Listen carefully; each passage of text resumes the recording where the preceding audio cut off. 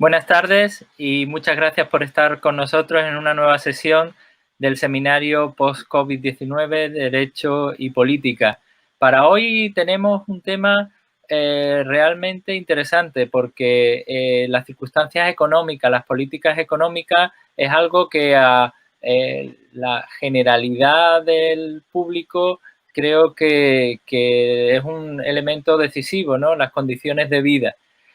Para eso hemos traído a varios invitados.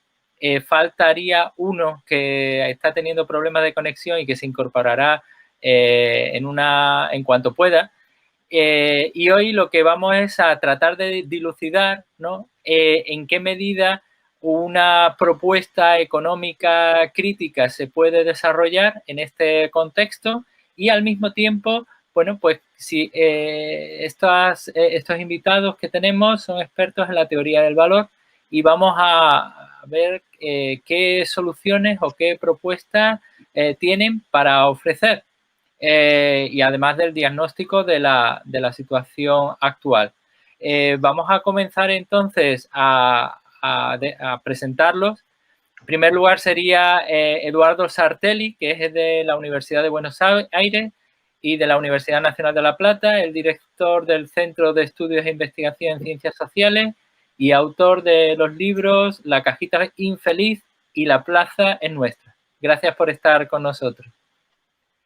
En segundo lugar, tenemos a Jesús Rodríguez González, profesor de Economía y militante de Anticapitalistas y autor de En Defensa Propia, Introducción a la Economía Crítica. El tercero de los invitados que está pendiente de incorporarse es Manuel Sutherland y es economista y director del Centro de Formación Obrera de Venezuela y autor de La crisis económica, desindustrialización y salarios de $7 mensuales. Y finalmente contamos con Eduardo Molina Campano, que es investigador en el Laboratorio de Ideas y Prácticas Políticas y que además ha trabajado de una manera bastante extensa esta cuestión de la teoría del valor. Bien, pues ya sin demorarnos más, vamos a comenzar, si os parece, con Eduardo y vamos a plantear, como solemos hacer, una pregunta general y posteriormente pues ya iremos concretando, aprovechando la respuesta a esta primera pregunta, concretando en una cuestión más precisa y sobre la que luego además podamos debatir en una segunda parte del debate de la sesión como habitualmente hacemos. Entonces la primera cuestión, una cuestión general para todo el mundo es, Eduardo, ¿piensas que la situación actual puede generar un cambio dentro de la economía, un cambio dentro del modelo productivo o al contrario, va a suponer un reforzamiento del modelo neoliberal? ¿Y en qué medida la teoría del valor puede actuar ahí planteando propuestas alternativas? Esta es la pregunta general. Bueno, muchas gracias por la invitación. Voy a tratar de ser breve, así le damos la dinámica que ustedes proponen al encuentro. A ver, primero, siempre hay un problema de definiciones. Este no es un problema del neoliberalismo. El neoliberalismo, digamos, en sentido estricto, no es nada. Es un conjunto, una amalgama de políticas económicas que se supone que responden a cierta coherencia teórica, ideológica o política que en realidad no tiene. Representa simplemente el conjunto de medidas más o menos comunes que ha tomado la burguesía imperialista y que obviamente ha sido seguido en casi todo el mundo, por no decir todo, para someter a la clase obrera a nuevos niveles de explotación. En esa carrera de incrementar la tasa de explotación, la burguesía no solamente ha apelado a medidas que se suelen identificar como neoliberales, es decir, medidas de ajuste tradicional, sino que ha apelado también a otros mecanismos que han sido aplicados por gobiernos que no son considerados neoliberales. Cristina Kirchner no puede ser considerada neoliberal y sin embargo los niveles de explotación en la Argentina han aumentado sistemáticamente bajo el kirchnerismo. Eso se logró bajo otro tipo de medidas que en general se consideran keynesianas, como por ejemplo en el caso argentino la devaluación. ¿sí? Esta idea de que no...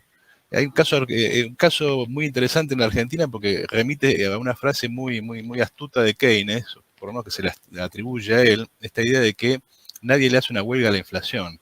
Es decir, que no hay que bajar salarios nominales, que es mejor apelar a otros mecanismos para bajar el nivel salarial. Un ministro argentino en el gobierno de la Rúa intentó una baja de salarios nominales y duró 2 semanas. Devaluación mediante y el proceso inflacionario que le siguió entre el 2002 y el 2004, los salarios bajaron casi a 1/3.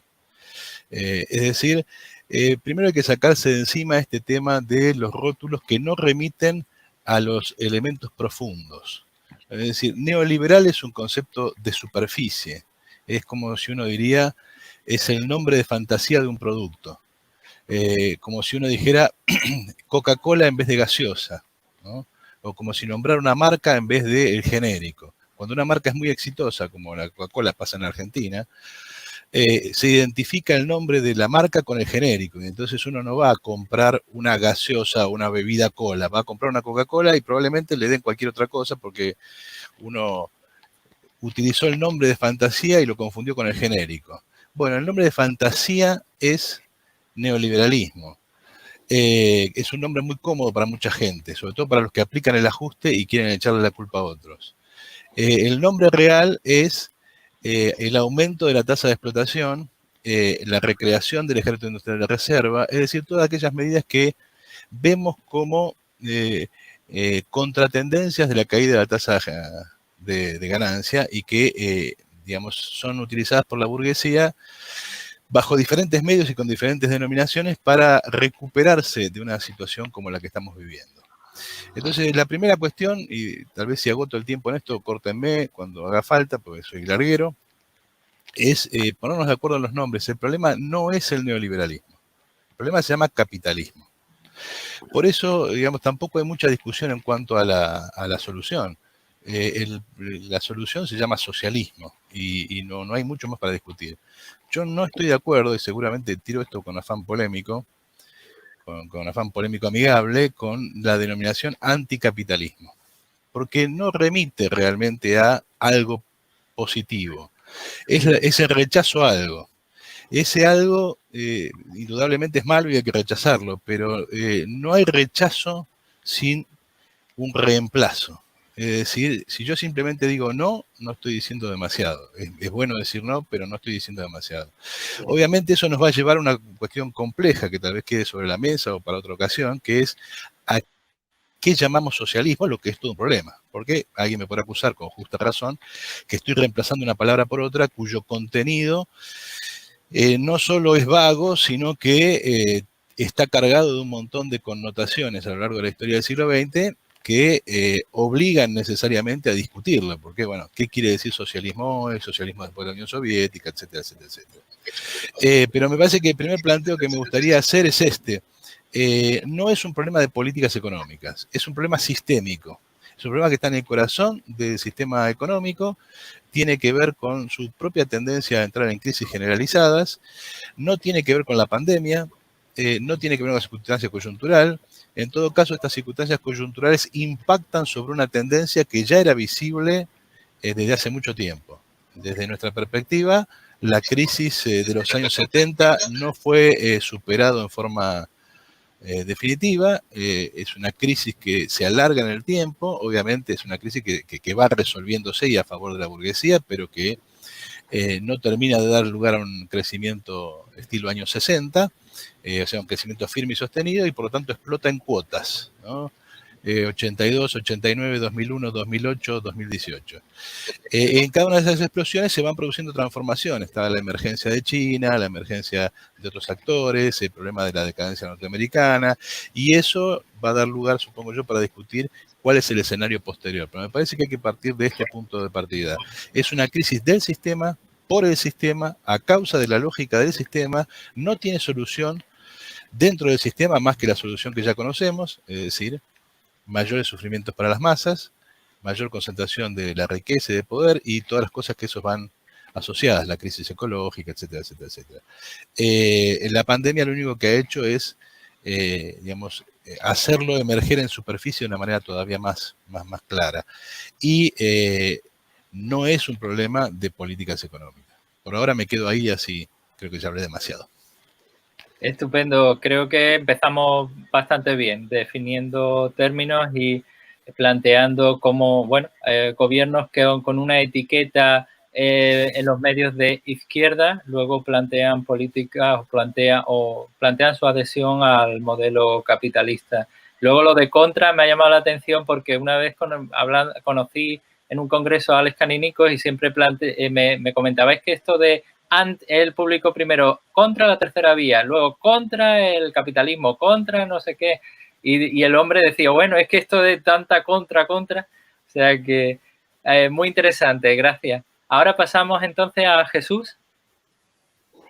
Vale, bueno, yo creo que lo que ha planteado Eduardo me parece muy interesante, ¿no? Yo creo que efectivamente hay ahora como un relanzamiento de la idea de que el neoliberalismo está agotado para responder a los retos de la crisis que se ha originado ahora, la crisis económica y social, pero tiene un origen ambiental en su momento, pero realmente habría que ser muy iluso para pensar que eso que se llama neoliberalismo, y ahora yo también voy a comentar algunos de esos señalando también cosas que ha comentado también Eduardo, habría que ser muy iluso para pensar que el neoliberalismo está agotado, ¿no? O que una política económica en favor, en última instancia, de las clases dominantes, que yo creo que esa es la cuestión fundamental, estaría agotado y puede haber un relanzamiento de una cierta iniciativa estatal en favor de las mayorías sociales.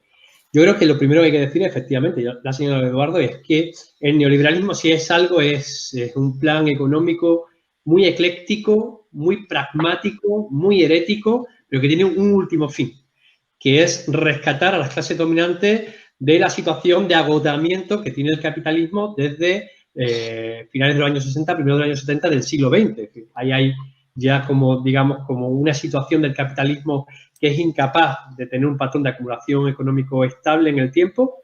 Es el modelo de posguerra, Segunda Guerra Mundial, está absolutamente agotado. No existe un recambio para mantener tasas de rentabilidad muy elevadas del capital y, por lo tanto, lo que viene ahora es un elenco de políticas que, en función del momento y de la coyuntura, permiten más o menos intervención estatal. No es que no exista intervención del Estado, es que el Estado juega su papel de clase, bueno, de clase, de género, étnico, es decir, bueno, un papel que juega al final mantener a la clase dominante como bloque mayoritario hegemónico al frente, pero que juega un papel de intervención también cuando toca. Es decir, en 2008 hay rescates de la banca, hay rescates de autovías privadas en este país y se piensa que el neoliberalismo está agotado. No. Es que cuando toca intervenir el Estado en favor de las clases dominantes, podemos decir que forma parte de la misma política económica. El neoliberalismo no es más que son los resortes para mantener una tasa de rentabilidad y para mantener, digamos, a la voracidad de la clase dominante. Entonces, yo creo que en ese sentido hay que señalar muy bien lo que dice Eduardo, que forma parte del eclecticismo y de la herejía, que es la política neoliberal. Es decir, no significa que el Estado no intervenga, eso no es neoliberalismo, el Estado interviene en favor de las clases dominantes con más o menos intensidad en función de la coyuntura. Bueno, yo creo que eso debería ser lo primero porque he leído, pues como que hay una cierta ilusión en economistas más o menos progresistas en que el paradigma neoliberal, es decir, esté agotado. Yo creo que en absoluto está agotado y creo que nos podemos remitir a 2008 cuando también emergió de alguna manera esa misma ilusión, incluso a nivel académico, de que surgieran economías críticas muy potentes como alternativa a los paradigmas dominantes. No surgió, más allá de un cierto repunte, de un cierto neokeynesianismo y tal, pero bueno, que en el fondo no podía solucionar los problemas para la mayoría, porque, bueno, yo creo que era más o menos nostálgico del modelo de posguerra de la Segunda Guerra Mundial, que es un modelo que no sirve de recambio, porque es el modelo que entró en crisis y el elenco de políticas neoliberales vinieron a sustituir a ese modelo en crisis para mantener la tasa de rentabilidad. Y yo, bueno, creo que al final, si tiene que venir un recambio a las políticas neoliberales, en definitiva, a las políticas procapitalistas, que yo creo que ahí también lo plantea muy bien Eduardo, pues tiene que venir de la mano de una cierta relación de fuerza a nivel social, de una impugnación no solo del conjunto de políticas económicas que venimos aplicando en las últimas décadas, sino de una impugnación antisistémica. Y yo creo que es una impugnación del propio capitalismo, que es el que nos ha traído este conjunto de crisis. Hay que recordar que el neoliberalismo, las políticas neoliberales, si consiguen elevar de alguna manera la tasa de ganancia, la rentabilidad a corto plazo, lo es socavando aún más los cimientos y la estabilidad del propio capitalismo. Es decir, el capitalismo hace 40 años que no encuentra una senda, un patrón de acumulación económico estable en el tiempo. Cada vez que toma una medida para aumentar la tasa de rentabilidad, crea más inestabilidad en el medio plazo. A corto plazo da un poco de oxígeno y crea las condiciones para una crisis superior en el medio plazo. Por lo tanto, yo creo que todos esperamos que de la crisis de 2008, que se había salido, bueno, pues con un modelo muy endeble, no hay recambio a la industria del automóvil, que jugó un papel tan importante después de la Segunda Guerra Mundial. Lo que se ha hecho es uberizar las ciudades, generar mucha más versatilidad y flexibilidad en el suelo, pues para que el modelo turístico depredador, por ejemplo, en Europa, tomara las riendas, pero eso no genera un salto en la productividad, no tiene una capacidad de tracción en la acumulación capitalista en otros sectores, no genera eso. Bueno, pues todos esperábamos que de alguna manera, como se resolvió la crisis de 2008, trajera una crisis también devastadora, más o menos pronto. Ahora ha venido la crisis del COVID-19, pero si no hubiera venido la crisis del COVID-19, tarde o temprano hubiera estallado una crisis pues con un cierto impacto económico, social, porque estaba alarmada. Entonces, bueno, yo creo que es el momento de que efectivamente nos pongamos de acuerdo para hacer una crisis antisistémica y no solo al neoliberalismo, pero creo que no se va a resolver eso, que no se va a encontrar un paradigma crítico, de economía crítica en la academia, si no hay una removilización social importante que de alguna manera impugne lo existente. Y ahí es donde yo soy más escéptico o estoy más pesimista, ¿no? Es evidente para mucha gente que las políticas económicas hegemónicas no resuelven la mayoría de problemas, pero no existe un recambio claro en forma de un socialismo, como decía Eduardo, yo diría un ecosocialismo, un socialismo determinado, un socialismo reconciliable con la naturaleza, con nuevos valores de uso. Bueno, pues no existe eso en forma de recambio a nivel hegemónico.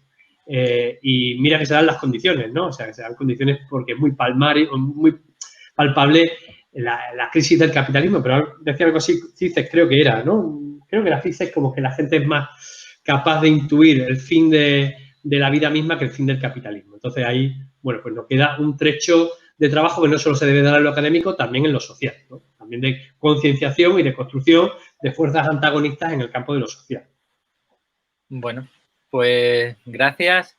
Ahora pasamos a Manuel. Gracias por estar con nosotros y ya veo que te has podido incorporar a resolviendo los problemas técnicos. La pregunta que... Bueno, gracias por la invitación. Hemos planteado una primera pregunta de carácter general y luego ya iremos planteando una más concreta. No sé si la pregunta de carácter general la has escuchado, ¿la has podido escuchar? ¿No? Parece que se bloquea.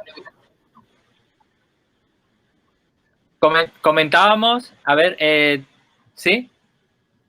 Comentábamos si esta... Te oigo, te oigo. ¿Has oído la pregunta de carácter general? No.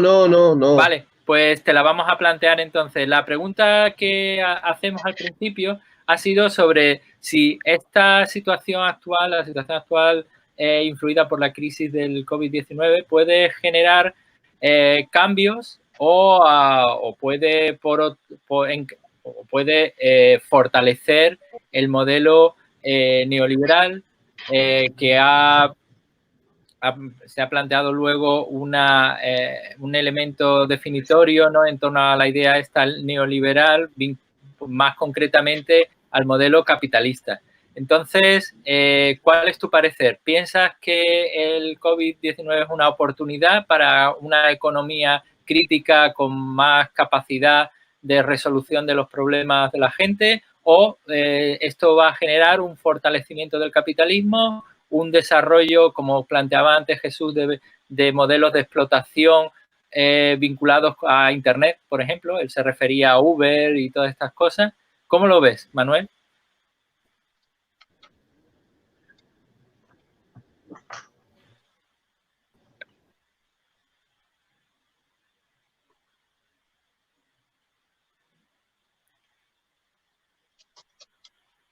¿Sí? O sea, parece que se va. Bueno, mientras tanto, Eduardo, a ver cómo pues empieza a responder y ya cuando recuperemos a Manuel, pues tratamos de plantearle esta cuestión. Sí, pues en parte estoy de acuerdo con lo que se está planteando, aunque sí tengo algunas matizaciones, ¿no? Es cierto que el neoliberalismo no ha sido más que una estrategia para buscar aumentar la tasa de rédito que se fue perdiendo en los últimos años del fordismo. Pero yo creo que habría que desdoblar un poco cómo funciona, cómo ha ido funcionando el sistema a la hora de extraer el plusvalor, ¿no? Hemos visto cómo es verdad que se ha aumentado la tasa de explotación en Asia, en particular, pero en los países dominantes yo diría que el proceso ha sido distinto, ¿no? Más bien por vía de la venta y la expoliación de los bienes comunes a través de las privatizaciones, lo que implicaría un matiz diferente en esa tasa de explotación, que ya no sería la tasa de explotación del trabajo asalariado fabril tradicional.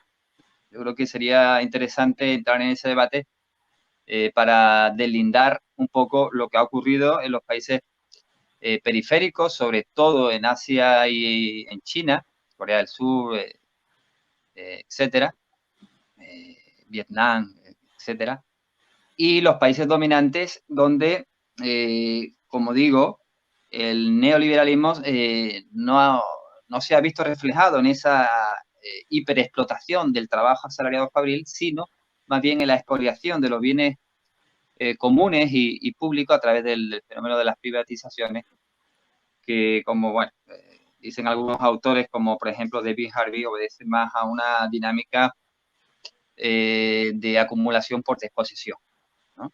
Haciendo un poco alusión a fenómeno de la acumulación primitiva del capital, que no quedó allí en el siglo XVI, sino que se reedita frecuentemente, sobre todo y a colación, por ejemplo, de la doctrina del shock, cuando vienen o sobrevienen crisis estructurales, ya sea por lo que sea, ¿no? Por ejemplo, en este caso, el tema de la pandemia. Cómo se aprovecha esas crisis para implantar, tratar de por parte de las clases dominantes, dependiendo del cariz político, aprovechar la situación para golpear a la clase trabajadora y arrebatarle derechos que pueden ser derechos muy, muy variados, ¿no? Por tanto, a mí lo que me gustaría era hacer un poco énfasis en esa nueva visión, ¿no? de la teoría del valor, que quizás no estuvo planteada en los años de Keynes y el siglo XX, ni en la etapa de Lenin, que tiene que ver también con el concepto de financiarización de la economía, que algunos marxistas lo siguen viendo como un fenómeno exógeno, externo al modo de producción. Un momento, pero otros perdona, autores, Eduardo, perdón. ¿Puedes explicar muy brevemente financiarización para que todo el mundo pueda entender, la audiencia pueda entender perfectamente a qué te estás refiriendo? Bueno, lo puedo intentar. Pues simplemente es una estrategia del capital para aumentar la tasa de ganancia sin acumulación, ¿no? Sin acumulación de capital, es decir, sin explotación del trabajo asalariado fabril. Vía especulación, vía instrumentos como el apalancamiento, que, bueno, se dirime en el mercado a través del diferencial que existe entre los valores de los productos financieros esperados en el futuro con los actuales, ¿no? Esa diferencia, de alguna manera, sería la que le daría el valor hoy en día a las mercancías y no tanto el trabajo socialmente necesario para producir la mercancía, ¿no? Valga la paradoja.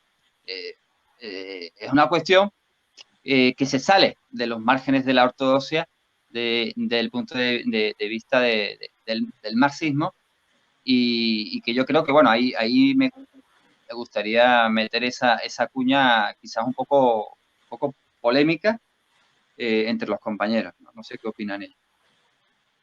Bueno, pues vamos entonces a pasar a la segunda ronda. Arturo, ¿cómo está el chat? ¿Alguna pregunta o algún comentario que la audiencia haya planteado? Sí, pues en principio ha habido dos preguntas de Grumpy Cat que pregunta sobre a qué se refieren algunos discursos políticos populistas que hablan de un capitalismo donde ganamos todos, donde gana todo el mundo. Es una pregunta aislada. Y después una pregunta de uno de nuestros usuarios más habituales, Manuel Alejandro Oliva, que nos pregunta sobre una cuestión que más o menos habéis tratado, pero bueno, que querrá que profundicéis. Que es que si esta era después de la pandemia, lo que hemos vivido, esta pandemia global, supondrá el fin de la globalización tal y como la conocemos actualmente. Y bueno, ya lo habéis tratado un poco por encima, pero concretamente, ¿qué cambios profundos puede haber para poder responder a este usuario a lo que se refiere? Bueno, pues entonces vamos a empezar con Eduardo. La pregunta más concreta, más específica, con una respuesta también más concreta y más breve, dentro de lo posible, claro. Y bueno, de como alguna hay manera... dos y yo soy más viejo, supongo que tengo ¿Qué? la primacía en el nombre. Digo que como hay dos Eduardos, ¿no? Y vos dijiste vamos a empezar con Eduardo. Ah, bueno, perdona. Bueno, no, es que está empezamos bien. ahora al contrario. Al revés. Te dejamos listo, a ti al final para que ya puedas llevar la contraria al resto. Perfecto. es un privilegio, ¿eh? Yo soy muy imperialista con el nombre. Eduardo, Si hay un Eduardo, soy yo. Eduardo Molina, para Eduardo Molina, que en gran medida vinculado con la pregunta que se planteaba por parte de la audiencia, ¿no? ¿Qué te parece? Tú has hablado de toda esta cuestión del apalancamiento, de los mecanismos que está utilizando el capital en este momento, que desde la crisis de 2008, bueno, pues han merecido que exista una literatura sobre ellos, ¿no? Los productos financieros derivados, etcétera.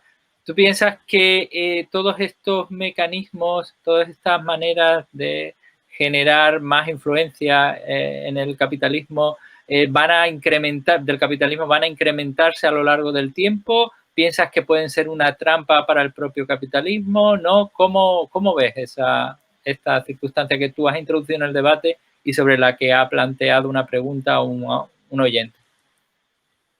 Pues mira, es bastante compleja la pregunta, la verdad, pero yo pienso que va a ser, estamos entrando en una transición donde lo híbrido lo que puede quizás predominar. ¿En qué sentido lo híbrido? Por un lado, yo no veo que se vaya a retraer el mercado en relación a los avances que han habido en ingeniería financiera, ¿no? Yo eso lo veo como, de alguna manera, como un desarrollo desde el punto de vista del capital. Y como el capital tiende a ampliarse siempre, ¿no? por su lógica interna de funcionamiento, yo no veo, más allá quizás de una pequeña coyuntura, que se vaya a retrotraer, ¿no? los avances desde el punto de vista financiero. Ahora bien, lo que sí veo que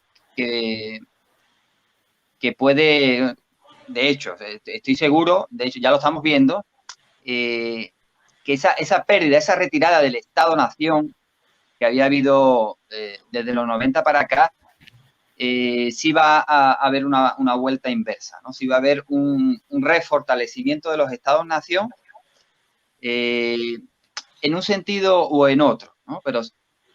Pero sí va a haber un reforzamiento, pero transitorio desde mi punto de vista y no permanente. Es decir, que al final esa misma tendencia del capital a superar las barreras, incluidas el propio Estado-Nación, que en algún momento se convierte en una barrera en relación a las trabas del mercado global, otra vez serán limadas, ¿no?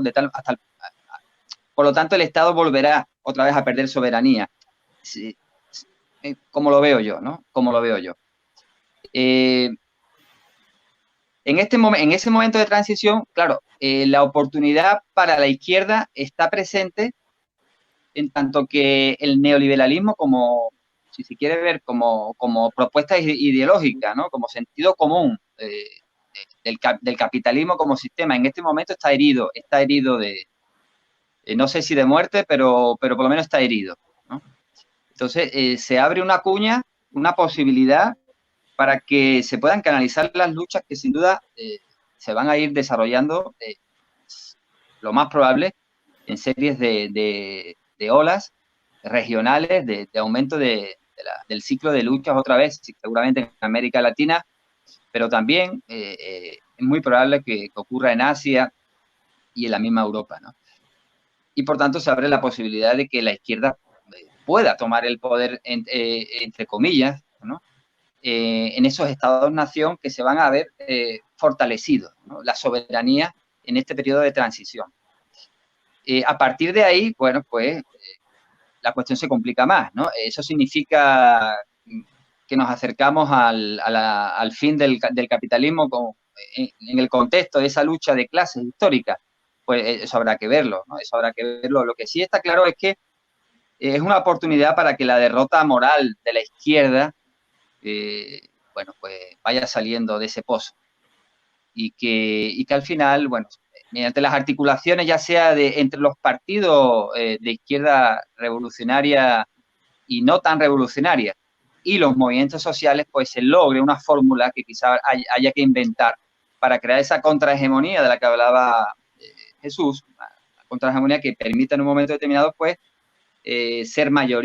constituir mayoría de gobiernos de izquierda postcapitalista. A ver, pues seguimos con Jesús. Has planteado varias cosas bastante interesantes también y me quedaría un poco con el tema de la economía colaborativa. ¿Cómo lo ves y qué medidas crees que serían necesarias para evitar pues toda esta explotación a la que se someten trabajadores que en realidad son trabajadores por cuenta ajena, pero que se dan de alta, se tienen que dar de alta de autónomos en este momento? Y ha habido ya además sentencias, como sabrás seguramente, vinculadas con este asunto, en donde han sido los jueces los que han dado la razón, los jueces de lo social, los que han dado la razón a los trabajadores, ¿no? Me gustaría que nos hablaras un poco sobre tu perspectiva y sobre medidas concretas para evitar esto. Vale, yo voy a hacer un inciso en la discusión un poco porque creo que Edu ha planteado también una cosa que me parece muy interesante, que es la hiperfinanciarización de la economía y algunos de sus efectos. Entonces, quería hacer un apunte, ¿no? Yo creo que efectivamente, tal y como plantea Edu, en un capitalismo que desde finales de los años 60-70 del siglo XX, ¿no? Tiene una sobreacumulación de capitales y sobreproducción de mercancías, es decir, capitales sobrantes, excedentarios que no se rentabilizan. Las finanzas va a ser la única manera de mantener la rentabilidad dándole una patada adelante al balón, pero no estimulando de alguna manera la producción. De hecho, creo que hay que desmontar ese discurso de algunos economistas de la izquierda que dicen que hay una especie de capitalismo bueno, el productivo, y una especie de capitalismo malo, el financiero, ¿no? Cuando toda la expansión de ese capitalismo financiero, esa voracidad en la expansión financiera, tiene que ver precisamente con el estancamiento de la parte productiva del capitalismo, con la crisis de la parte productiva del capitalismo, ¿no? Entonces, claro, de alguna manera, yo creo que el capitalismo lo que intenta es trasladar a la parte especulativa y a la parte de crédito, que yo creo que tendríamos que discutir esto también, porque el crédito juega un papel muy importante en el consumo a corto plazo, a medio plazo genera deudas privadas importantes, al final muchas de ellas se convierten en deudas públicas. Bueno, tendríamos que discutir eso, pero en la parte especulativa, como dice Edu, se constituyen capitales ficticios, capitales adelantados a futuro, que están muy por encima del valor real de una producción estancada. Con lo cual, eso genera a corto plazo beneficios importantes, pero a medio plazo burbujas especulativas que estallan y estallan, es que a corto plazo algo de oxígeno, a medio plazo inestabilidad en el propio centro del capitalismo, ¿no? creo que eso también sirve para explicar en parte cuál está siendo el proceso de reordenación productiva a partir de la crisis de 2008, ¿no? Yo creo que, de alguna manera, los bancos que canalizan gran parte del ahorro y juegan el papel financiero que juegan, son, bancos, fondos de inversión, el sector financiero, ¿no? Están, por un lado, contribuyendo a importantes fusiones entre grandes empresas. Yo creo que hay una concentración capitalista importantísima que hace que en el mercado haya poco juego para economías colaborativas reales, es decir, para gestionar bienes comunes, espacios de mercado donde, los trabajadores pinten algo en esa clave asociativa. Las finanzas están siendo fundamentales para financiar los grandes proyectos de fusiones y de absorciones de empresas, los grandes proyectos de concentración empresarial. Y, por otro lado, las finanzas están siendo también importantes para la búsqueda de nuevos nichos de negocios que, bajo la máscara de economía colaborativa, no son nada más que la expropiación de espacios comunes que no son, no exactamente eleva la tasa de explotación, pero como que generan nuevos nichos de negocio y generan nuevos nichos de rentabilidad sin producir, ¿no? Y en esto me refiero, por ejemplo, a todo lo que hemos vivido a partir de 2008 con, no solo la uberización de las economías, la podemos ver efectivamente en el sector del taxi, como tú comentabas, Rafa, en algunos sectores, ¿no?, que han estado, pero lo fundamental ha sido la turistificación. Es que en España habíamos batido récord de millones de turistas en 2008 y hace poco hemos vuelto a batir récord de turistas antes de la crisis del COVID-19, muy por encima de las cifras anteriores. ¿Cómo? Comprando a mansalva barrios enteros, comprando, digamos, el espacio donde se crean las relaciones sociales. Sin territorio no hay relaciones sociales, la ciudad no es nada si no hay relaciones sociales. Bueno, pues en la crisis del COVID-19, en 2 semanas, en abril, Blackstone, por poner un solo ejemplo, movilizó 10.000 millones de euros para comprar activos inmobiliarios en Europa. Es decir, de alguna manera, las relaciones sociales que ya están en marcha, las que constituimos con total normalidad, de alguna manera, digamos, el capital también se apropia de dichas relaciones para hacerlas negocio.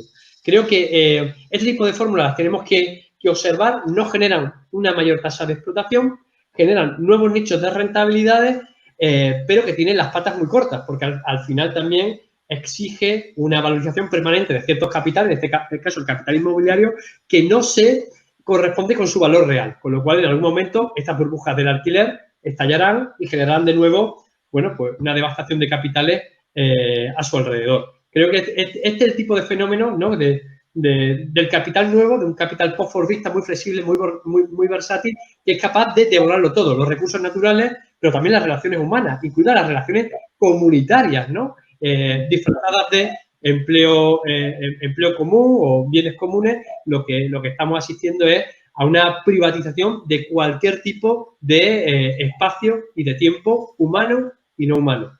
Y, bueno, no sé, por ver el papel un poco que juega la hiperfinanciarización en todo esto. No solo juega el papel de la especulación, sino que está reordenando de alguna manera las relaciones económicas y de los capitales a nivel mundial, ¿no? De acuerdo, sí, es como señalaba antes Eduardo Sartelli, pues el propio concepto economía colaborativa es en sí pues una engañifa, porque es todo menos colaborativo, menos cooperativo. Implica, como bien has comentado, la depauperización también de sectores que estaban altamente regulados y que ahora, pues con la desregulación, estas grandes corporaciones pasan a tener un papel muy, muy relevante. Bueno, podemos hablar de eso también en el debate. Bueno, pues llegamos por fin a Eduardo Sartelli y quería, en todo lo que has comentado habría mucho que preguntar, pero hay una cuestión que a mí especialmente me interesa, que has planteado cuando estabas definiendo, bueno, esto del neoliberalismo como la Coca-Cola, etcétera. En realidad tenemos que hablar del capitalismo. Y cómo, digamos que en América Latina, pues gobiernos que tildados a sí mismos se han denominado populistas y que han sido vistos desde Europa en ocasiones como de izquierda, pero luego han hecho políticas procapitalistas, bueno, pues en general, en realidad han generado un tanto de confusión en la opinión pública, ¿no? Me gustaría que desarrollaras un poco esa idea que planteabas así un poco de manera breve y que la ampliara, por favor.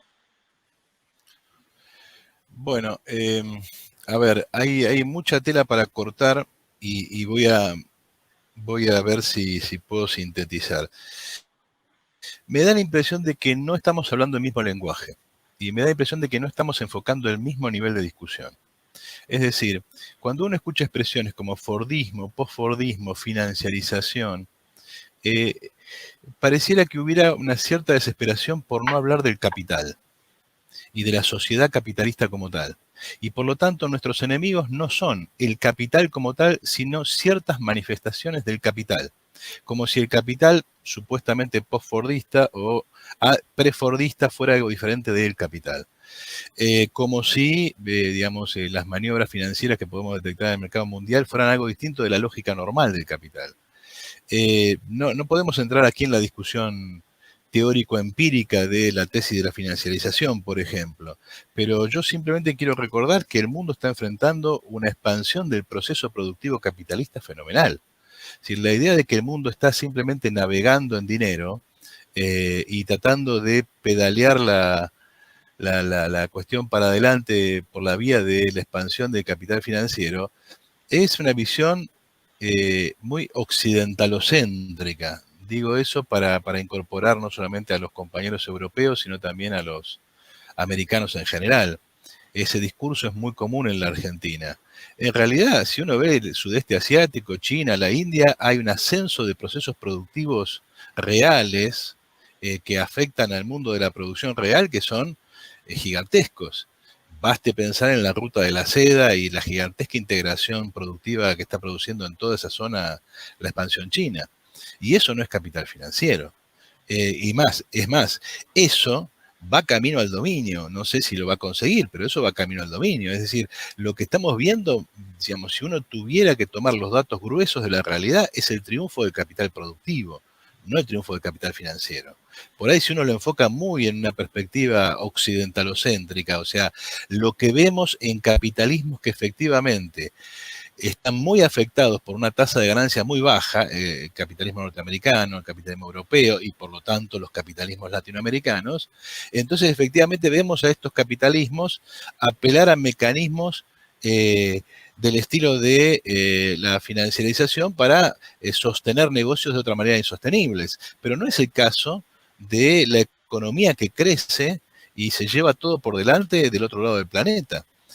Me parece que hay que prestar más atención y eso ayudaría, digo esto sin entrar a discutir teóricamente la tesis de financiarización, que a mí no me parece correcta.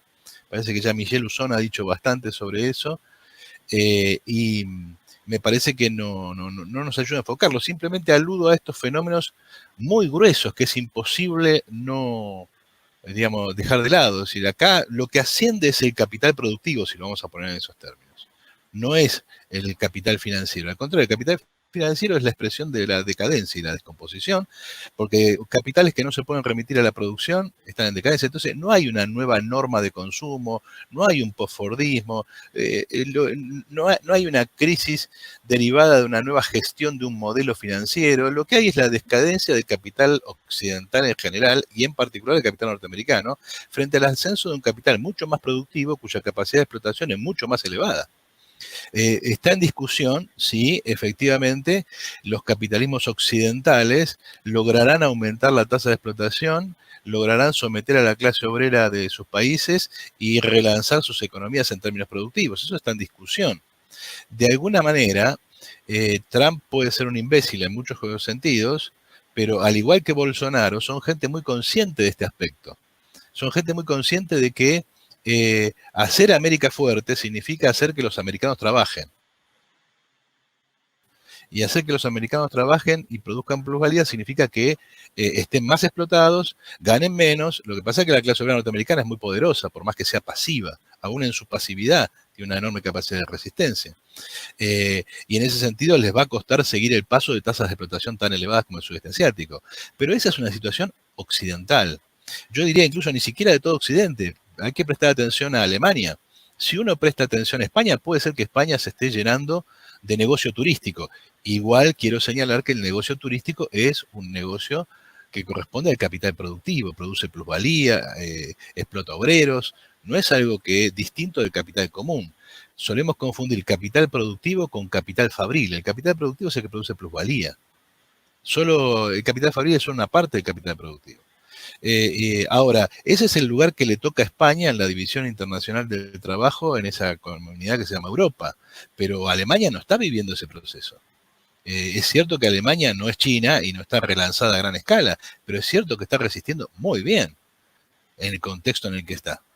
Y es cierto que está logrando remodelar un montón de estados europeos. ¿Cuál es el problema de Alemania? Es el problema que ya no tiene desde la guerra de secesión Estados Unidos. Es decir, hay demasiados estados para resistir.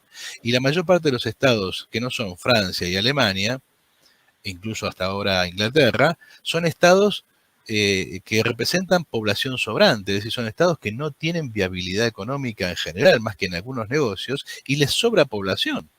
El problema es que a esa población no la pueden someter, por razones históricas, sociales, por la resistencia, por un montón de cosas, a tasas de explotación. Y si no se eliminan los subsidios al paro, bueno, no van a bajar los salarios sustantivamente. Entonces, uno ve países como Grecia que no son países. Grecia no es un país. Grecia es simplemente una provincia que carece de viabilidad económica. ¿Y qué le queda? El turismo y ofrecer mano de obra barata al capital alemán. Entonces, me parece que esos son los procesos a los que hay que prestarle atención. Los procesos de reestructuración y general del capital, su diferencia a escala mundial, y sobre todo hay que prestarle atención más allá de los rótulos. El Fordismo no ha existido.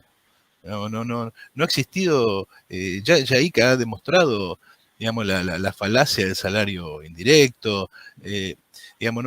Seguramente por ahí hay resultados nuevos de investigación, pero Diego Guerrero ha hecho mucho sobre la evolución de la tasa de explotación en España, que ha aumentado sistemáticamente, incluso sobre la base de gobiernos socialdemócratas.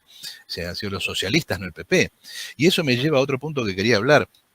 Insisto con dejar de utilizar rótulos. No quiero con esto prohibirle a nadie que utilice las herramientas teóricas que considere justas, no, simplemente es mi posición. Pero el ajuste en la Argentina, el brutal ajuste, piensen que en la Argentina por primera vez se impone una rebaja salarial acordada de entre el 25 y el 30% con toda la clase obrera ocupada. Eso no lo hizo ni el proceso militar, ni Videla hizo eso. ¿Y quién hizo eso? Lo hizo Stiglitz. Hoy por hoy, el que está manejando la economía argentina es Joseph Stiglitz. El ministro de Economía argentina es su alumno, un alumno directo de él, y es más, le consulta cada cosa. Levanta el teléfono y le dice, a ver, Robert, ¿qué te parece esto?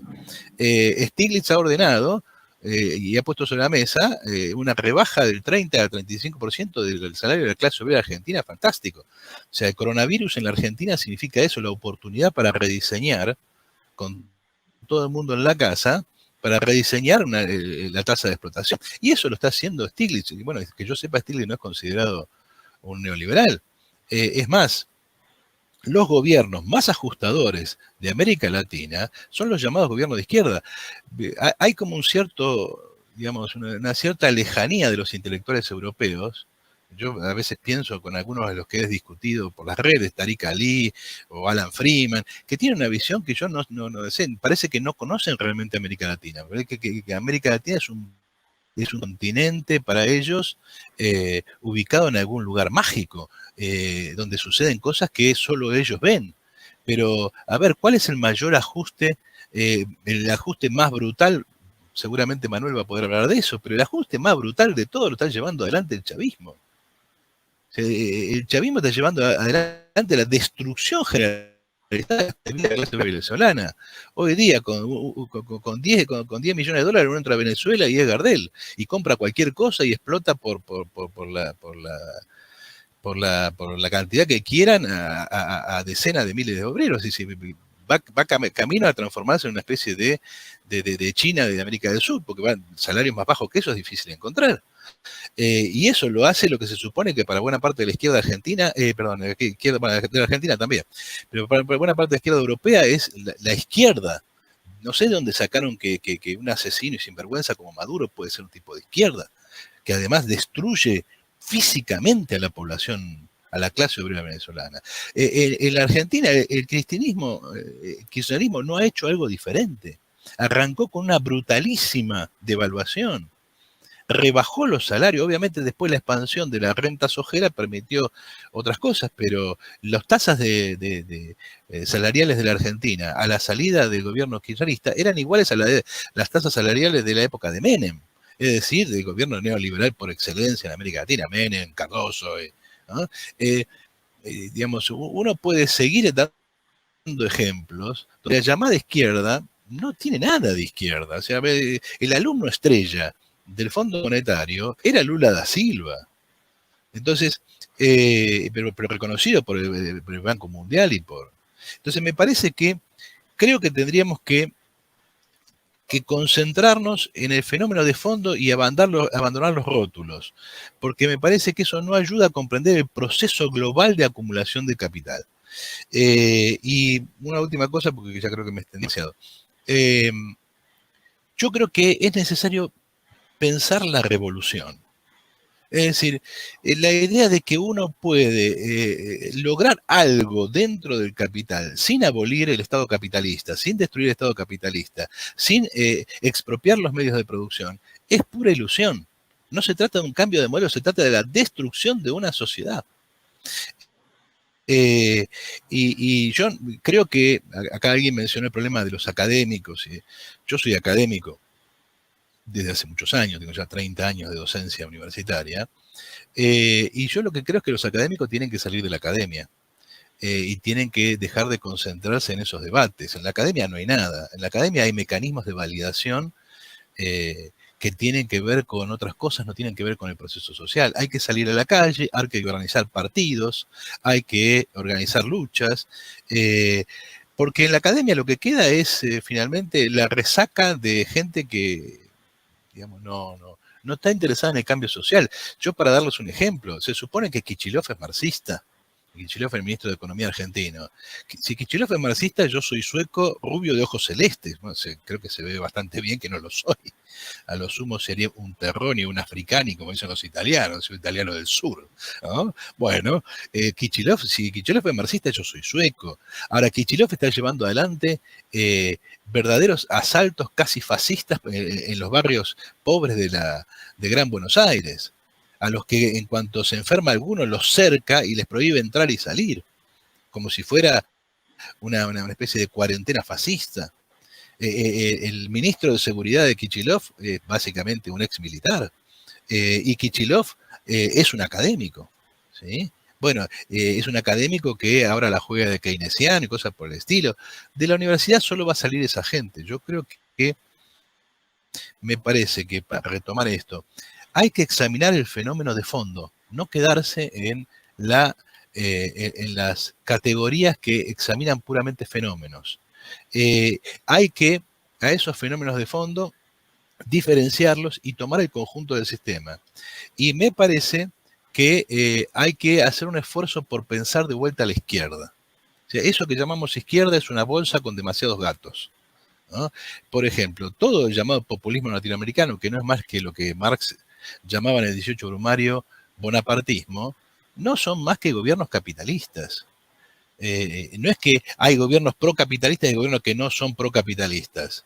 Todos los gobiernos, por definición, dentro del sistema capitalista son procapitalistas, salvo que estemos en una crisis terminal y por alguna razón algún gobierno de otra orientación haya llegado momentáneamente al poder, pero no es el caso. Aquí lo que vemos son todos gobiernos que por diferentes métodos van en busca de lo mismo. Los bonapartismos latinoamericanos simplemente llegaron adelante, cierro con esto, simplemente llevaron adelante estas políticas que son tan o más sangrientas que las otras. Por eso caen, pierden elecciones sin que nadie dé la vida por ellos, ¿no? Tenía alguna cosita más, pero bueno, calculo que después se podrá señalar. Una sola cosa más. Por lo menos en la Argentina, las privatizaciones dieron paso a un gigantesco incremento de la tasa de explotación. No sé si estamos hablando de lo mismo, ¿no? Pero bueno, dejo aquí y volvemos más adelante. Muchas gracias. se han planteado temas enormemente interesantes. Yo creo que para la audiencia que tenemos, pues desde luego, porque es cierto que si para gran parte de la izquierda, entre comillas, europea, la referencia es Greta Thunberg, pues en Iberoamérica, pues esto que hablabas de gobiernos falsamente de izquierdas populistas, pues pasa algo semejante, ¿no? Pero bueno, es algo abierto al debate y vamos ahora a ver qué nos están contando en la red, en el chat, y a ver si Manuel ha resuelto los problemas para que nos pueda hacer algún comentario. Empezamos con Arturo. ¿Alguna inquietud, algún comentario, alguna pregunta en el chat de...? Sí, bueno, hola Rafael. No se te escucha. Sí. ¿No se me escucha? Sí, ¿no? ¿Ahora sí. mejor? Sí. Ahora...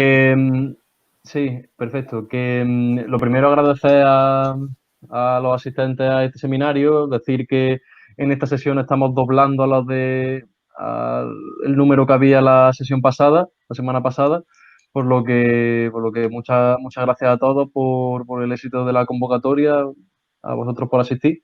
Y bueno, como ya hemos visto antes algunas preguntas generales, ahora también esta segunda parte ha habido también cuestiones generales y específicas. Un usuario, concretamente Scorpion7, señala si podéis meteros en materia sobre todo con la teoría del valor concretamente, hablar sobre ella, si sigue teniendo vigencia ahora que hay más productividad y la economía real y no financiera es menor. Y bueno, después también hay una cuestión más específica. Es que esta cuestión más general ya la habéis tratado un poquito, pero y hay otras cuestiones también importantes.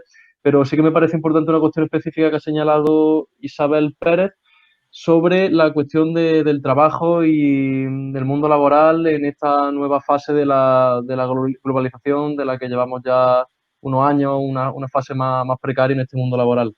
Y esta usuaria pregunta si volveremos a tener un trabajo estable como en el anterior modelo del bienestar o nos espera un futuro laboral, pues eso, pues inestable y precario, sobre todo, pues supongo que preguntará desde España, pero bueno, también Argentina. Así que como veas, Rafael, si la pregunta más general, la específica, bueno, pues damos paso a Manuel que... Sí, pues damos paso a Manuel, que está con nosotros ya. Y bueno, pues lo que tuvieras pensado decir y que también has podido escuchar al resto de los ponentes, pues por favor. No se escucha. No se escucha. El micrófono, Manuel. No. Tiene el teléfono apagado. Parece que no. Parece que de momento no tenemos suerte. Bueno, pues... Bueno, a mí me gustaría, si me permite, discrepar un poco, ¿no? del análisis que hizo Eduardo Sartelli, mi tocayo, con respecto al concepto del populismo, ¿no? Es que más allá, yo creo que además sería un poco como caer en esa suerte de categorías que antes él mismo criticaba, ¿no? Haciendo alusión al 18 de Brumario. Es decir, extrapolar un poco lo que pudo ver Marx, ¿no? Y traerlo a colación hoy en día, y quizás pueda ser un poquito mecánico, ¿no? Yo creo que es que hay que partir de la base de la derrota de la izquierda a nivel global. Y esas son las condiciones en las cuales se puede intentar explicar el fenómeno del populismo como algo que obedece a un contexto concreto, más allá de la cuestión de las categorías, ¿no? Es decir, obedece a una realidad, que es la de llenar un vacío que la izquierda no ha podido llenar. Y ahí, bueno, es otro debate, ¿no? El tema de las responsabilidades de la izquierda es otro debate, pero que obedece a esa realidad. Entonces, yo creo que hay que mirarlo, ¿no? Desde un punto de vista científico en el sentido de no hacerlo ideológico, ¿no? Con los prejuicios ideológicos previos, ¿no? Sino, bueno, desde un punto de vista científico. hay una razón populista. Hubo una razón populista en América Latina, a pesar de que yo difiero del planteamiento de Ernesto Laclau, pero sí veo una razón populista en América Latina y también la estoy viendo ahora en Europa, que obedece a unas causas estructurales. Claro, si tuviéramos una izquierda como la del principio del siglo XX, pues quizás sería distinto, pero es que no la tenemos. No la tenemos. Entonces, se puede diferenciar un populismo de izquierda progresista en América Latina y este populismo de extrema derecha que tenemos en Europa y en Estados Unidos. Yo creo que sí. Yo creo que sí. Lo que pasa es que este es un tema complejo en este momento de abordar, porque además lo abordamos en otra mesa, en otra sesión, ¿no?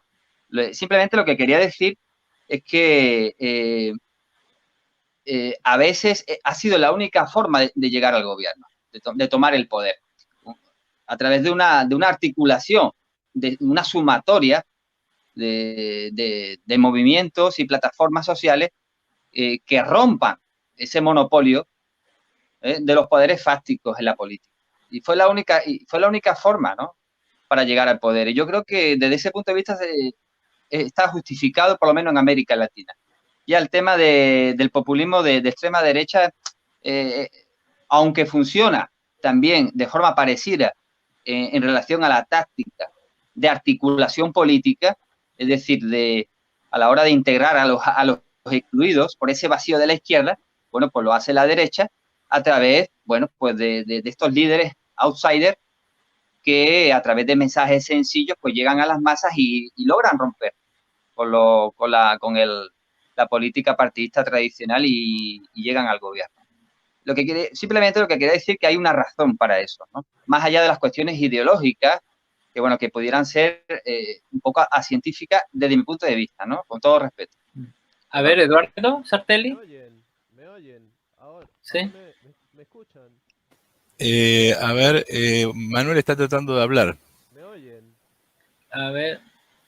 ¿Ya me oyen? ¿Ya me escuchan? Se le escucha pero muy bajito. No sé. Se le está escuchando pero bajito. ¿Y sí. ahora? ¿Y ahora? No. Bajito. ¿Todavía no? ¿Todavía no se No. oye bien? Sí. Yo creo que sería bueno programar a Manuel para una futura charla y darle la oportunidad de que participe de toda la charla, porque esto ya está medio, digamos, Sí. bordeando el final y sería medio injusto para él poder decir 2 palabras, ¿no? Pero Me parece. Bueno, pues seguimos con el debate entonces, porque se te escucha con mucha dificultad, Manuel. Sí. Seguimos, Eduardo, Bueno, por favor. Sí, a ver, primero, puede ser que para gente que está en otras latitudes, el populismo, como lo denominamos nosotros bonapartismo, sea un fenómeno nuevo. Pero un país que ha vivido bajo el signo del peronismo en los últimos 80 años, ya conoce muy bien lo que es el fenómeno. Lo denominamos bonapartismo y no populismo, no solamente porque, digamos, Ernesto Laclau popularizó una fórmula que incluso tiene una raíz muy argentina, digamos, en realidad es la extrapolación y la inversión de una teorización propia de Gino Germani, el fundador de la sociología moderna en la Argentina, un italiano escapado del fascismo, que elaboró esta categoría. Esta categoría tiene una serie de problemas, no me voy a expandir demasiado en eso, pero que hace énfasis en el papel y en el lugar psicológico entre el líder y las masas, y no expresa relaciones de fuerza. Por el contrario, cuando Marx habla de bonapartismo, señala específicamente que el bonapartismo es la expresión de una relación de fuerzas. Y entonces el gobierno de tipo bonapartista no es el resultado de un discurso, como quisiera Laclau, ni es el resultado de una relación directa entre líder y masas, como se desprende de la teorización populista. Es el resultado de una serie de fuerzas. Y ahí quería señalar, en disidencia con Eduardo, por supuesto, siempre dentro de este marco de respeto que me parece que es el ideal para discutir estas cosas, que el llamado populismo de izquierda no significó una forma de llegar a ningún poder. El poder lo siguió reteniendo la burguesía en la Argentina, en Venezuela, en Bolivia. Las fracciones del capital más concentrado siguieron dominando, igual que en los años 90. El capital extranjero tuvo un lugar muy sustantivo en todas estas experiencias, y no es casualidad que, digamos, el gobierno del MAS haya sido, el MAS boliviano, haya sido elogiado por el Banco Mundial y el Fondo Monetario. Y yo les aclaro, el ministro de Economía de Evo Morales en la Argentina es un ídolo de los llamados neoliberales. En el caso argentino, quisiera señalar esto, una palabrita que se puso muy de moda, que viene desde el posmodernismo y que tiene que ver con toda una teorización a la que de alguna manera hace alusión Eduardo, que se llama empoderamiento. Acá se usa decir que el populismo, como quiere pretender la Clau, empodera a la población, y en realidad no, la Argentina iba camino a una revolución. En la Argentina se voltearon en una semana 5 presidentes, con la movilización de la población en la calle. Iba camino a la formación de un proceso de características revolucionarias, muy incipiente todavía, y dirigido por la llamada vieja izquierda, porque el elemento dinámico de ese movimiento, el elemento que estaba en la calle y que provocó un diciembre y un enero como nunca se han visto en la historia argentina, muy superior a fenómenos como el Cordobazo, el 17 de octubre, para aludir a algunas cosas que están de alguna manera en la conciencia de la izquierda en muchos otros lugares, lo protagonizó la izquierda tradicional, el trotskismo, el maoísmo, el guevarismo. No lo protagonizaron los nuevos movimientos sociales ni nada por el estilo. En realidad, esa llamada nueva izquierda llegó al poder con Néstor Kirchner. Y Néstor Kirchner lo usó para lo que lo usa el populismo, para desempoderar a las masas. Hay que ver la estructura del MAS boliviano. La estructura del MAS boliviano es eso, es una máquina de desempoderar, de cooptar dirigentes, de destruir relaciones sociales y de estatizar movimientos originalmente, para usar una palabra que no me gusta, anticapitalistas o cercanos a la izquierda que busca cierta transformación. No hay más que ver el movimiento de derechos humanos. La política de Evo Bonafini, que ha terminado defendiendo a un militar represor del proceso. No hay más que ver un montón de consecuencias de esta política. Y sobre este punto, me parece que la idea de que uno tiene un populismo de izquierda y un populismo de derecha, me parece que no aborda el fenómeno real. ¿Cuál es el fenómeno real? Evo Morales, Chávez, Cristina, no obedecen al mismo proceso social que obedece Trump o Boris Johnson, o cualquier otro populista de los llamados de derecha, Bolsonaro. ¿Por qué? Porque en realidad ellos son hijos de este populismo, para usar una palabra que no me gusta. ¿En qué sentido? En la medida en que el populismo, el bonapartismo de izquierda, procede a destruir los lazos del seno de la sociedad y cooptarlos y estatizarlos, lo que hace es generar una vasta reacción popular contra esos elementos. Por ejemplo, una oposición muy típica en la Argentina. El kirchnerismo se ha alargado a organizar a los presos, con el argumento de que no tienen la culpa de los actos de violencia que han cometido, que en realidad son culpables del sistema, y entonces hay que darle subsidios, hay que darle... Se ha lanzado a organizar, a dar subsidios a las madres embarazadas, a los transexuales, a las minorías étnicas. Todo eso que ha generado un montón de aparatos políticos donde el hombre y la mujer comunes, o sea, que no encaja en ninguna excepción, que no encaja en ninguna particularidad, un don nadie, se siente fuera porque en realidad paga impuestos y nunca recibe nada. Esa es la base sobre la cual se constituyen los llamados populismos de derecha. Es decir, Bolsonaro cobra fuerza en Brasil por el brasileño común que paga impuestos y no tiene derecho al acceso a la universidad. Por ejemplo, en Brasil hay derecho de acceso a la universidad específico para las minorías negras. Ahora, eso hace que en Brasil mucha población blanca pobre se queda afuera. Esto es que se llama la política de la diferencia positiva o la política de promoción de las minorías, fue inventado en Estados Unidos en la década del 60. Esta política conlleva una política de privilegio que aparece como de izquierda, pero en realidad es simplemente el mecanismo por el cual se crea un sistema de cooptación de renglones enteros con los cuales se domina la sociedad y el Estado estatiza a la sociedad. Trump, Bolsonaro, Boris Johnson expresan a la otra fracción de la clase obrera que se queda fuera de este entramado. Dicho de otra manera, la población productiva, el capital que todavía es productivo y la clase obrera que todavía es productiva, se opone a la población sobrante, o sea, a la clase obrera que solo puede sobrevivir del aparato del Estado. Bien, entonces, lo que se llama populismo de izquierda y de derecha en realidad es la forma en la que la burguesía procesa las contradicciones en el seno de la clase obrera. Y las procesa aprovechando las crisis. Una y otra son hijas del mismo proceso, de un proceso de descomposición de relaciones sociales. Me parece que hay que analizar eso, que no tiene nada de ideológico, que no tiene nada de político, sino que obedece a un proceso real. La CLO se ha cansado de constituir sujetos. En la Argentina no hay campesinos, pero desde la CLO hay campesinos. En la Argentina no hay aborígenes ni población indígena. Desde la CLO hay aborígenes por todos lados. En la Argentina hay, digamos, se ha inventado un montón de categorías. ¿Para qué? Para ocultar, para negar y para rechazar la categoría de clase.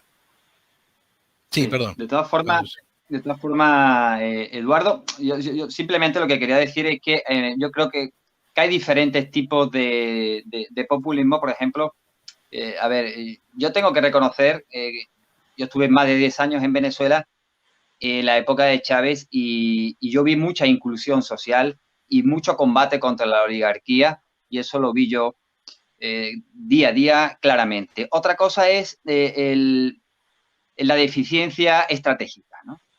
Que esa fue la debilidad quizás de los populismos de izquierda, no solo el de Chávez, sino también el de Correa y el de Evo Morales quizás. El tema de cómo transformar el Estado una vez que tú has llegado al poder político, esa es la cuestión. Pero desde el punto de vista táctico, yo creo que en eso, nada más, yo creo que la CLO tiene su valor, ¿no? Desde el punto de vista táctico, de cómo llegar al poder del Estado, tiene su razón de ser.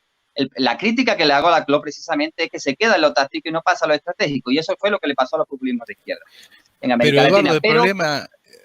El problema allí es que no quieren una transformación sistémica.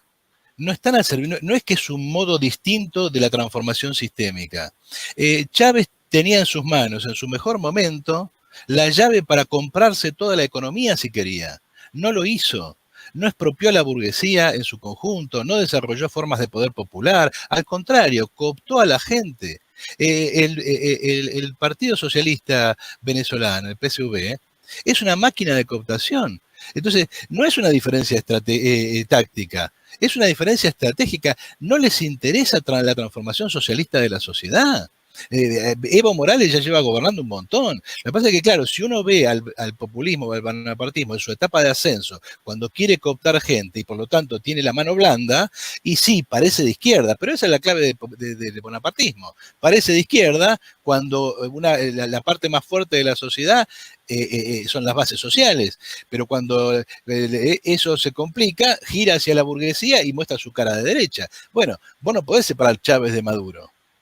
Perdón por la interrupción.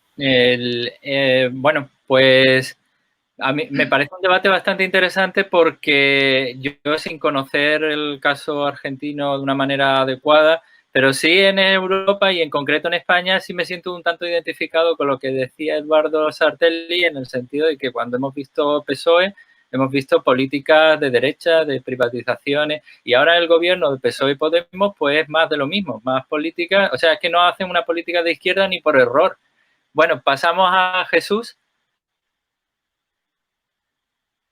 Vale, bueno, yo quería, después si acaso digo algo sobre este debate, pero yo quería hablar sobre otras cosas, ¿no? Yo, primero, creo que para ver el dinamismo del capital productivo, yo no solo vería la tasa de acumulación, que sigue un curso bastante errático y efectivamente muy asimétrico entre lo que puede ser Asia y el resto del mundo, pero habría que comparar tasas de ganancias globales con tasas de acumulación globales, y ahí vemos un cierto divorcio, ¿no? Y un cierto divorcio que solo se explica por la esfera de las finanzas, ¿no? Es decir, de alguna manera, la tasa de acumulación en términos globales no es potente, mientras que, bueno, la tasa de ganancias se ha divorciado del comportamiento de la tasa de acumulación. Antes iban juntas, antes iban parejas, ¿no?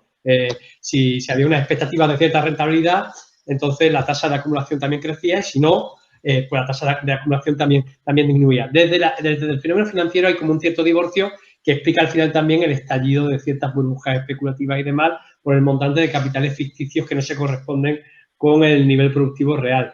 Pero creo que para ver eso, el dinamismo del capitalismo productivo, creo que tenemos que ver lógicas globales y, por ejemplo, algo que yo creo que lleva a una situación del capitalismo productivo a un callejón sin salida en la tasa de productividad. Es decir, no hay un crecimiento de la productividad enorme, no hay un recambio para el papel que jugó la industria del automóvil a nivel mundial, no hay ninguna industria que juegue ese papel de tracción y de tracción a través de sus propios incrementos de la productividad, incluso del propio traslado de todo lo que había en la ingeniería militar hacia, digamos, la industria civil, pues no se da eso y yo no veo un recambio a eso. Los recambios de la nueva forma del capital, ¿no? Incluso el capital productivo, sí, ciertamente, son recambios que no logran ese papel que fue el de la época fordista, ¿no? Y yo creo que sí que es necesario mirar las formas del capital en cada momento para ver cómo se crean también los antagonistas sociales a esa forma del capital, donde están las potencias transformadoras. Es decir, bueno, pues yo creo que la clase trabajadora fordista no es la misma que la clase trabajadora fragmentada, de un proceso también fragmentado, mucho más flexible, del posfordismo. Creo que no es lo mismo, aunque alguien diga, bueno, pero es que la fábrica se ha trasladado hacia Asia, sí, pero incluso en los procesos globales de la gran fábrica global no funciona igual que hace medio siglo. Y creo que para generar dinámicas internacionalistas de organización del trabajo, incluso de su propia resistencia, no sirve lo mismo organizar a los trabajadores en torno a una forma del capital, la fordista, que una nueva forma del capital, el posfordismo, ¿no? Creo que a mí las formas del capital, es que evidentemente lo que hay detrás es el capital, pero las formas del capital sí me parecen interesantes analizarlas. Hay una pregunta que es, bueno, ¿hacia qué mundo laboral nos enfrentamos? Bueno, eso depende al final de las relaciones de fuerza, ¿no?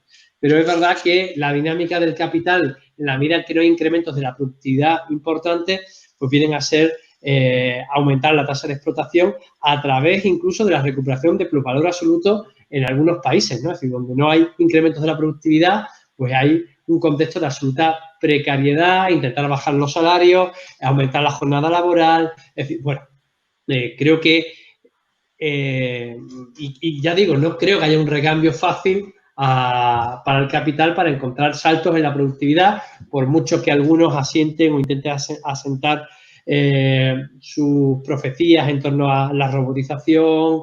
Bueno, no hay un resultado real, eso no se plasma todavía, ¿no? Y también sobre el valor de la teoría del valor, ¿no? ¿Sigue estando vigente la teoría del valor?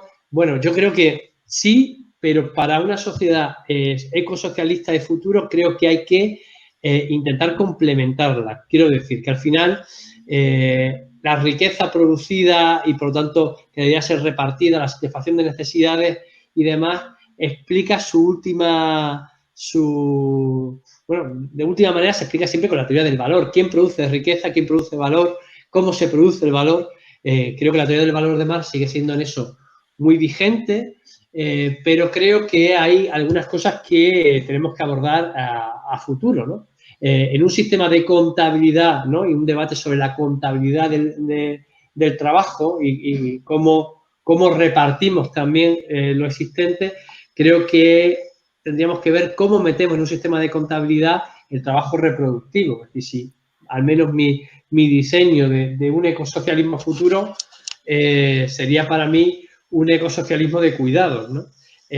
Donde ciertas facetas de la vida pues deberían tener una cierta preponderancia en las decisiones políticas, de políticas públicas y de bienes comunes, ¿no? Entonces, bueno, ¿cómo contabilizamos el trabajo reproductivo? Me parece ciertamente complicado, pero creo que es una demanda del movimiento feminista e igualmente en un mundo con recursos finitos, yo creo que hay que recordar eso, es decir, no, la gran tarea del socialismo que está por venir es cambiar radicalmente la producción, es decir, no solo repartir la producción, sino cambiar radicalmente lo que producimos y cómo lo producimos. Bueno, pues yo creo que hay que también tener un sistema de contabilidad que mejore la eficiencia. Yo creo que al final todo es reducible también a huellas ecológicas o a energía. con esto quiero decir que, bueno, que al final, bueno, en esto ha habido trabajos como Podolinsky, que fue un marxista, un economista marxista, que fue eslabón perdido entre lo que podía haber sido el marxismo y una cierta economía ecológica o ecología crítica, o no sé cómo decirlo, o los análisis de Georges Corroyen, ¿no? Sobre la termodinámica, y al final, bueno, pues que además del trabajo humano, en última instancia también la naturaleza es la fuente última de todo valor de uso, ¿no? Que ya también hay algún tipo de análisis algo prematuro en el propio Marx, atisbo, digamos, ecologistas en Marx, atisbo, dejémoslo así. Pero creo que para hablar de socialismo en el futuro tenemos que tener un sistema de contabilidad que recoja todo eso. Y a mí me parece harto complicado. Creo que es uno de los grandes retos, ¿no? Frente a lo que fueron los sistemas de contabilidad alucinantemente ineficientes, bueno, políticamente burocráticos, que fueron los sistemas de contabilidad económicos de la Unión Soviética y de los países del entorno, que, bueno, con muchísimas cosas ridículas, absolutamente ridículas, y que fomentaban la ineficiencia, pero también fomentaban los privilegios de alguna manera, y para nada la satisfacción de necesidades. Creo que aquí tendríamos como algunos retos lo que deberían ser decisiones de planificación, decisiones de políticas públicas y demás. Y en cuanto al tema de la política populista, bueno, pues es verdad que desde aquí pues, miramos América Latina, bueno, con otras gafas, es cierto.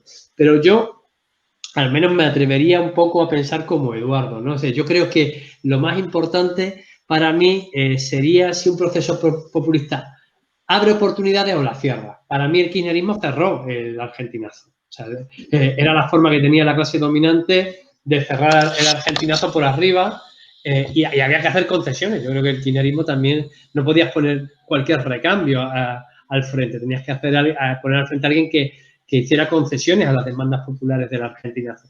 Pero, en cambio, para mí, el chavismo abrió oportunidades. Evidentemente, se abren oportunidades, hay que disfrutarlas. Las oportunidades no significan un proyecto coherente, que te viene regalado y demás, sino que tienes que participar del proceso y disfrutarlo de alguna manera. Entonces, yo sí creo que, para mí, de manera profana o bastante laica, ¿cómo me relaciono con el populismo? Pues en función de si abre oportunidades para un proyecto de emancipación o viene cerrando oportunidades. Eso es los populismos de izquierda. Evidentemente, los populismos de derecha son otra cosa, ¿no? Pero por eso yo no asemejaría, aunque el destino final puede ser parecido, las potencias no son para mí las mismas y, por lo tanto, participar o no participar, ser oposición o ser partícipe, depende de eso, de si hay posibilidades de participación popular y social y de abrir un espacio que te permita concienciar y disputar la orientación estratégica, o por el contrario, procesos que cierran oportunidades de movilización, de impugnación, de ruptura y de apertura hacia un nuevo horizonte, ¿no? Entonces, al menos yo no situaría en el mismo nivel a Néstor Kirchner que llega después del argentinazo que a Hugo Chávez, que llega después de su primera victoria electoral. Al menos no, y bueno, no sé, es decir, entiendo la crítica, pero creo que para que los procesos sociales puedan ir en una determinada dirección, también nos tenemos que plantear que las clases populares, los sectores trabajadores y demás, que han rehuido de la izquierda en los últimos años, no van a venir con la bandera roja a los procesos y bueno, pues ya digo, van a venir si ven oportunidades y serán entonces los nuestros, y si son partícipes del cierre de oportunidades, pues habrá que ponerse enfrente, pero no creo que haya que tomar los procesos de la misma manera desde el principio, ¿no? Compartiendo después críticas que se hagan, que seguro que las comparto y ahí estaremos de acuerdo. Arturo, ¿cómo ya una... ¿Podría señalar algo? ¿Cómo? ¿Sí? ¿Podría señalar algo breve? Sí, claro. Me parece que acá hay una confusión. Lo que abre oportunidades es la crisis, no el populismo. El populismo ya es un punto de llegada de la crisis en el cual la burguesía ha tomado la primacía. Lo que abre oportunidades es la crisis, primera cuestión. Y segunda cuestión, participar del proceso. La pregunta es ¿cómo? Si nosotros vamos a participar del proceso aprovechando los mecanismos de control que la burguesía está desarrollando, dicho de otra manera, vamos a ayudar a Chávez a organizar el PSV, y nos creemos que realmente porque ascendió la renta petrolera y Chávez tiene necesidad de hacer concesiones, eso abre caminos a la revolución, bueno, vamos mal. Ustedes van a caer en la trampa de Podemos, van a caer en la trampa de Syriza. van a caer en la trampa de movimientos que expropian al movimiento real. La oportunidad es la crisis misma y para eso nosotros no tenemos que participar de un gobierno o apoyarlo críticamente, tenemos que organizar nuestra propia fuerza. Y me parece que ahí está el punto de disputa en esta discusión. Yo no creo que podamos incorporarnos de alguna manera, crítica o no crítica, a experiencias como esas, que son experiencias burguesas. Sí creo que tenemos que organizarnos nosotros. Sin una organización independiente de la clase obrera, vamos a la rastra de este tipo de experiencias, y ya ha sucedido muchas veces.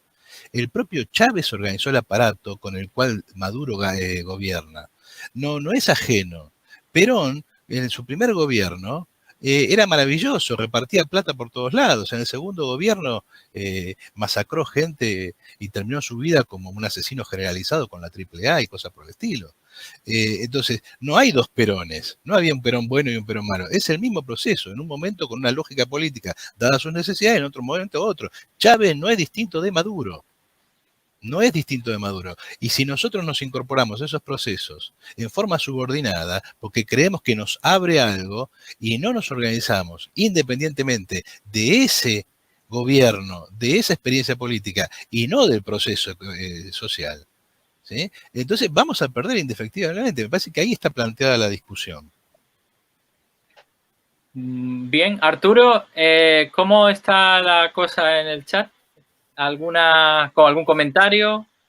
Sí, pues hay más comentarios que preguntas y también hay mucha discusión entre los propios usuarios, entre ellos, pero no hay mucha pregunta concreta más allá de lo ya planteado. Como estamos ya casi cumpliendo la hora y media de sesión, si te parece, Rafael, si quieren nuestros ponentes algún comentario final o alguna reflexión final o rematar algún cabo suelto que haya quedado, como...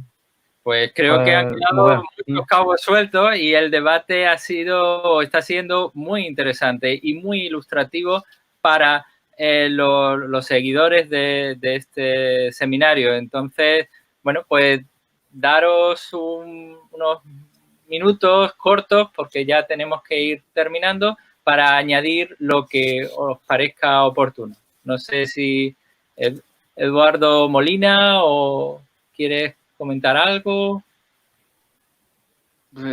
Bueno, en relación a lo que decía antes Jesús con respecto a la teoría del valor, que la matizaba en un proyecto hipotético ecosocialista, me parece que es interesante, porque bueno, ya vimos lo que ocurrió con la ley del valor en el socialismo real, ¿no? Durante el siglo XX, como más bien bueno, se la puso como el eje central de la política económica y de la contabilidad de las empresas, hasta el punto que se llevó a su límite, ¿no?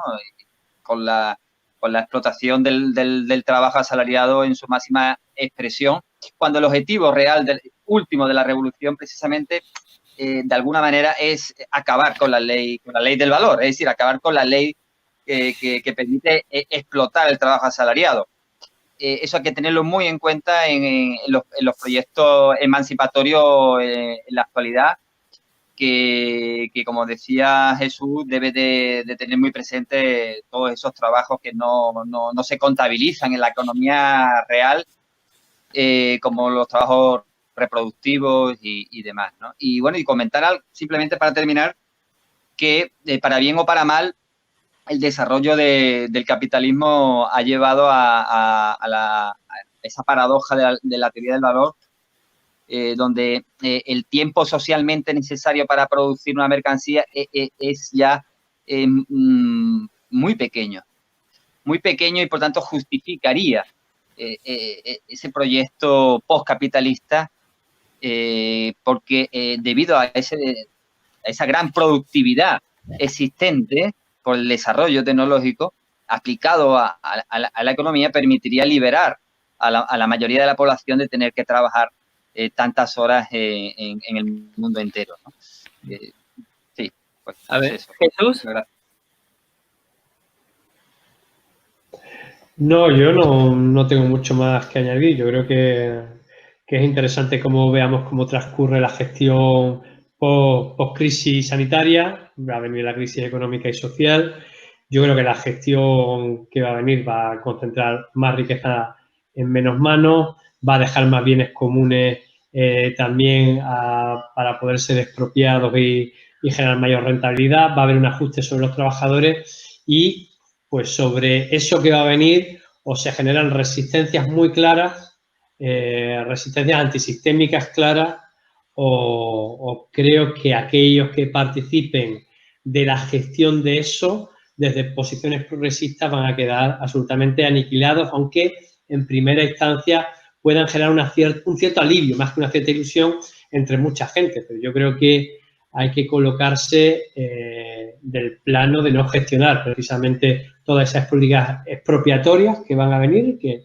de consolidación de las élites económicas, y habrá que plantearse, yo creo, al margen de los gobiernos que vayan a hacer eso. Yo creo que desde ahí es donde se podrá, de alguna manera, bueno, pues generar algún tipo de propuesta política alternativa que yo creo que va a ser muy necesaria porque nos va a quedar un panorama en el que yo soy particularmente pesimista desde el punto de vista social, pero también desde el punto de vista ambiental. O sea, yo creo que prácticamente nadie ha puesto en la agenda pública el origen ambiental de la crisis del COVID-19 y nadie ha puesto en la agenda pública la necesidad de una reconciliación con la naturaleza y lo único que está puesto en la agenda es, bueno, los paradigmas, digamos, económicos habituales. PIB, crecimiento, beneficio, etcétera. Yo creo que a partir de ahí, quien sea cómplice de eso, pues bueno, yo creo que va a quedar muy retratado a futuro. Eduardo Sartelli. Sí, bueno, ya hemos cumplido, creo que con por lo menos una parte de presentar problemas. Supongo que todos nos hemos quedado con muchas cosas para decir y seguir. Y bueno, tal vez habría que seleccionar temas más puntuales y organizar algún debate sobre eso para que el tiempo nos permita agotar más los temas. Dicho esto, me parece que yo pondría énfasis en lo siguiente. Me parece que debemos volver a pensar primero la revolución y segundo el socialismo. Y sobre el socialismo yo, digamos, quisiera no tener una perspectiva paradisíaca, es decir, el socialismo nos va a resolver todas las cosas. Primero porque dudo que sea así, dudo que las contradicciones y la lucha se agoten en una sociedad socialista, y segundo porque me parece que la gente necesitaría que por socialismo uno les diga cosas más concretas. Por ejemplo, que vamos a expropiar a toda la gran capital y vamos a organizar una economía planificada. Y que obviamente el socialismo debe ser mundial y no estará terminado y no llegaremos a la abolición del Estado hasta el día que el socialismo ocupe el globo, pero que efectivamente podemos organizar una economía, incluso una economía relativamente pequeña como la española o más pequeña todavía como la argentina, a partir de un gobierno que se plantee la expropiación del capital y que se plantee la planificación de la economía. Obviamente todas las demás cosas vienen de la mano, no necesariamente, o sea, no necesariamente un socialismo tiene por qué ser feminista, puede ser lo contrario, ya lo hemos visto, pero me parece que eso es lo principal. ¿Cómo vamos a resolver el paro? ¿Cómo vamos a resolver las condiciones pésimas de trabajo de buena parte de la clase obrera? ¿Cómo vamos a resolver los problemas de la economía en general? Yo doy el ejemplo de la Argentina. La Argentina se hunde por culpa de su burguesía. Es una burguesía inútil por completo, completamente parasitaria, y está rifando el país. El solo hecho de concentrar el capital en el Estado, en manos de la clase obrera, permitiría rediseñar toda la economía argentina y dejar de dilapidar recursos sistemáticos y dejar de estafar al mundo, porque la Argentina vive estafando al mundo, pidiendo deuda, no pagando, es un barril sin fondo, simplemente para mantener una estructura completamente parasitaria. Ahora, para hacer eso, que es más terrenal, es necesario organización, y organización independiente de la clase obrera. Es decir, es necesario construir un partido. Y hay que recomponer ese partido en términos ideológicos. Es decir, hay que animarse a ser de izquierda.